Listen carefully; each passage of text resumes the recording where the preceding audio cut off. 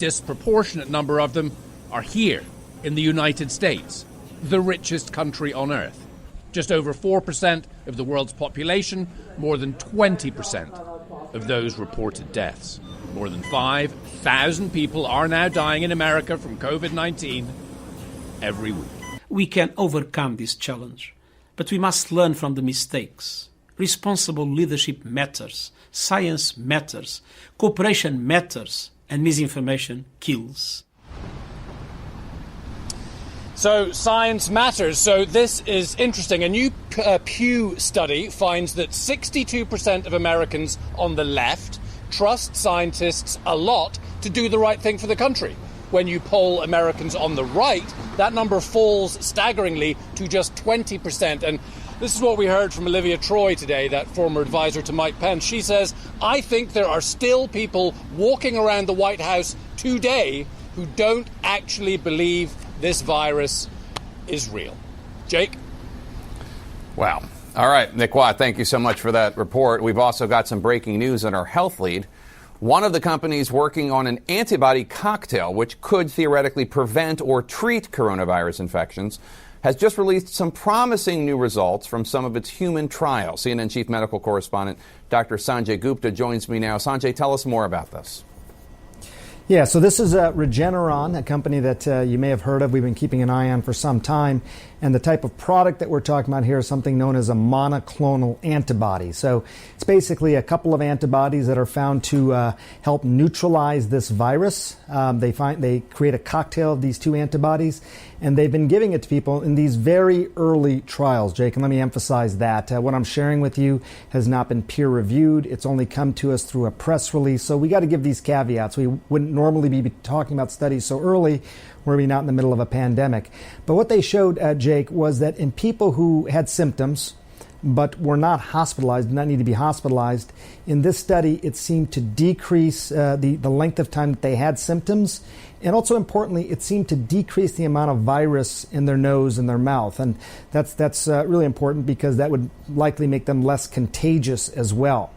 I should point out the average age of people in this trial were 45 years old. So 45 years old, they're not, I bring that up because they're not considered a vulnerable population.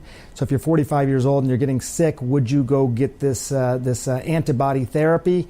Maybe, maybe not. If you're getting really sick, maybe. If you're an older person who is vulnerable, maybe. And that's where the study needs to head next, to find out if this is working for people who are, at risk of becoming more critically ill. But just as you framed it, Jake, early results, promising. A lot of people have talked about antibody therapy as sort of a bridge to a vaccine. And this does nothing to sort of, change the opinion on that. All right, some cautious optimism there, though obviously much more needs to be done. Let's talk about some other coronavirus headlines. New York City Public Schools say that they have masks and hand sanitizer, temperature checks for everyone, socially distanced classrooms, improved ventilation systems. On the other hand, staffers in 150 of the school buildings have already tested positive for coronavirus. What do you make of New York City sending elementary school kids back to class? Yeah, I think I would be cautious, but think that there is a plan potentially to do this. There's a few things that I think about this a lot, Jake. We both have kids. Everyone's become an amateur epidemiologist. I follow this closely. You want to see these gating criteria met, 14-day downward trend or numbers that are below 1 in 100,000 new cases per day. You want to have all those things that you mentioned in the schools: masks, physical distancing, hand hygiene, but also a positivity rate in the community of, below 5% preferably, but certainly below 10%. If you have those things, Jake, I think it's reasonable to send kids back to school. The key is, what are you going to do about it if you start to get significant numbers of either kids or faculty who come back positive? Do you have the testing in place? So that's going to be, the big question. Those other things make sense. New York probably more so than most other places around the country in better shape to do this. But how are they going to handle what will undoubtedly be new cases? Because you will get new cases. Question is, can you handle them as they arise? So, Sanjay, I have to say, I really do question whether, because kids generally don't get seriously sick, they certainly can get sick, and they certainly can spread it. But I do question whether or not the decision to have so few places have in-person education makes sense when you take in the entire health situation for kids that we're talking about in terms of the increased emotional stress, the lack of education, the lack of socialization going on. Yeah. I'm very ambivalent about this. Well, I mean, yeah, I can understand why. I mean, we're dealing with this for real. I'm teaching my kids Zoom classes in between live shots with you. I mean, but the reality is that if we had testing in this country, regular testing that could have been done at a point of location, even at schools, which is quite possible. I'm not describing some utopian fantasy here. If that had been done and we had emergency use authorization of some of these rapid tests going back as early as May, if we had ramped up that production, some of these issues that you're talking about would be more obviated, I think, as a result of that, because we would just know, test your kid, test yourself in the morning. If you're positive, you stay home. If you're negative, you're able to go out that day. And you do this with a degree of regularity, and it's not forever, but it's a nice sort of pathway until we get people vaccinated. So yeah, we're trying to, I get the sense, I think, as you're alluding to, we're trying to do the best with a very bad situation. And the very bad situation is we're sort of making it up as we go along because we don't have the testing, we don't have the data, and there's no national strategy. Such a disaster. Olivia Troy, a former top advisor to Vice President Pence and a member of the coronavirus task force, says that the White House looked for ways to go around the CDC, to find data to bolster the president's political push to reopen the schools. Take a listen to her.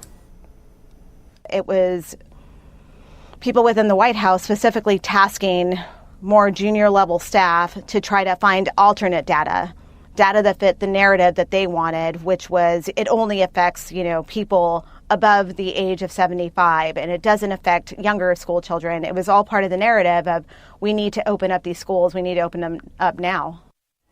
What's your reaction when you hear about the process being so politicized like that? It fits exactly with what we've heard from our sources within the CDC. Jake, I'll take it a step further.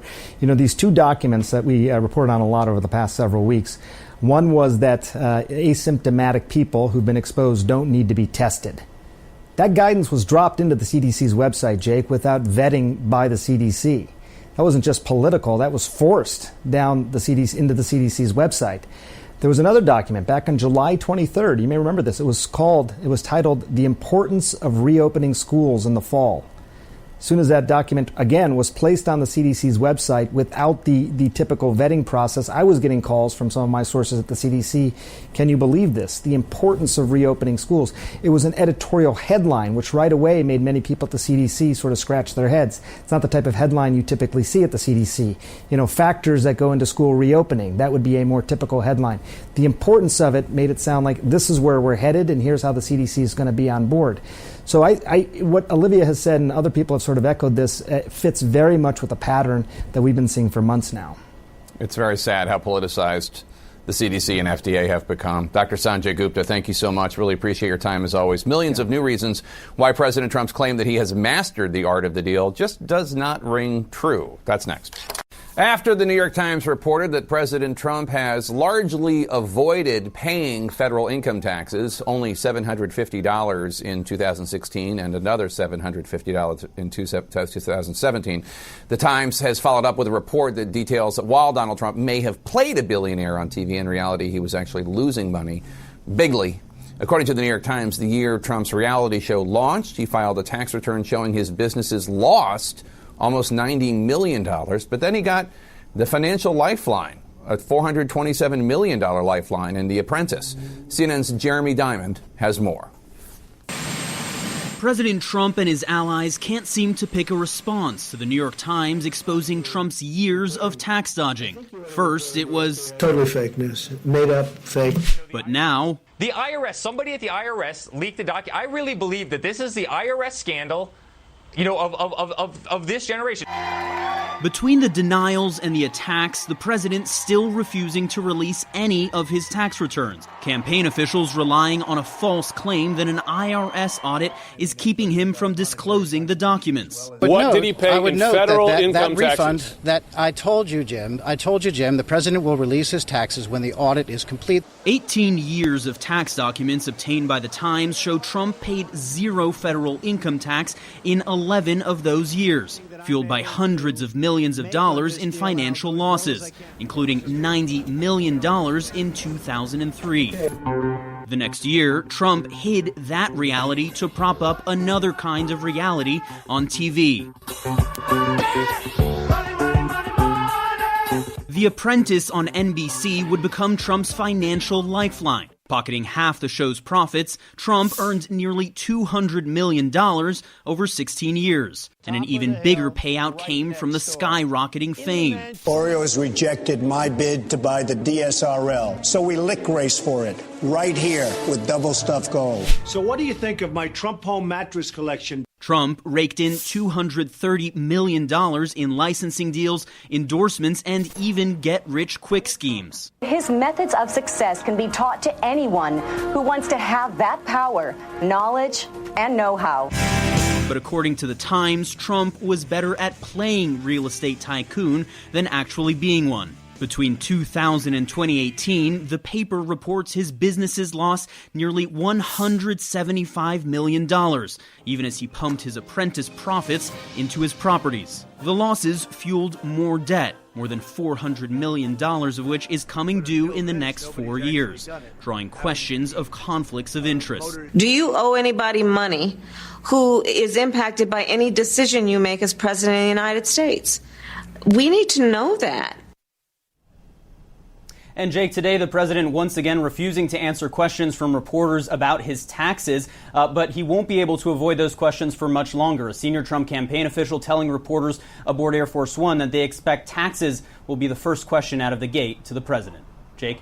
All right, Jeremy Diamond, thanks so much. The president's Supreme Court nominee on the Hill for her first day of meetings with lawmakers. Judge Amy Coney Barrett meeting with 8 Republican senators today, including Senate Majority Leader Mitch McConnell, who met with her alongside Vice President Pence. CNN's Manu Raju joins me now. And Manu, one issue that has come up with Barrett's confirmation is Democrats wanting her to recuse herself from any forthcoming election-related cases. McConnell was asked about that today. He ignored the question. He did, and other senators have said that it has not come up yet in their discussions with Amy Coney Barrett. Ted Cruz, the Texas Republican who did meet with her today, said they didn't discuss that, but when he was asked by reporters about whether he thinks that she should recuse, he said no. He said the reason why they need the Supreme Court nominee now is so they can resolve any cases that arise in the wake of the elections. That is similar to what other people in the administration and like are pushing. Also, it's unclear how much she really detailed other cases that may come down before her, how she may come down if she is confirmed to the court. One, of course, being Roe versus Wade. She didn't, in her meeting with Senator John Thune, the number 2 Republican, detail how she may come down on something such as that. Thune says that was not a major topic of discussion. Typically in these meetings, they're courtesy meetings. They explain the judicial philosophy, but they don't get pinned down in the issues. They also don't do that in the confirmation hearings. But, Jake, today, just Republicans. We'll see if Democrats ultimately meet with her. A lot of them don't want to because they don't want to lend what they say is legitimacy to this process. Jake. Yeah, we should point out Ted Cruz had no problem with an 8-member Supreme Court from February 2016 until 2017. Manu, as Barrett met with lawmakers, Judge Barrett, Senate Minority Leader Chuck Schumer vowed to keep fighting her confirmation. What are you learning about Democrats' efforts to stop her confirmation? Can they actually do anything to stop it? Very little. In fact, I just asked Chuck Schumer about that because at the moment the Republicans are pushing to get her confirmed by the end of the month. This would be a lightning fast confirmation process. I asked him, is there anything you could do to delay it beyond the end of the month? He said, we have tools in our toolbox. We're going to try to use every tool. But he said, after Mitch McConnell, quote, defiling of the Senate. There are fewer tools and they're not as sharp. So an acknowledgement that there's very little the Democrats could do beyond slowing it down for a few hours here and there, mounting some objections. But if Republicans don't break ranks, if 4 of them don't, she will be on the court for life. And at the moment, Jake, if she doesn't slip up with her confirmation proceedings, she's going to get her position by the end of the month. Jake. All right, Manu Raju, thank you so much. As we count down to tonight's debate, the political spin you might hear on stage from both President Trump and Joe Biden, that's next. You can't get millions of Americans, including 3 ex-presidents, to agree on much these days. There is at least one thing they all have in common, though. They use Boll and Branch sheets. These sheets are made from pure, organic cotton, sourced from the world's best family-owned mills. The cotton they use isn't just grown. It's rain-fed and never touched by pesticides. Oh,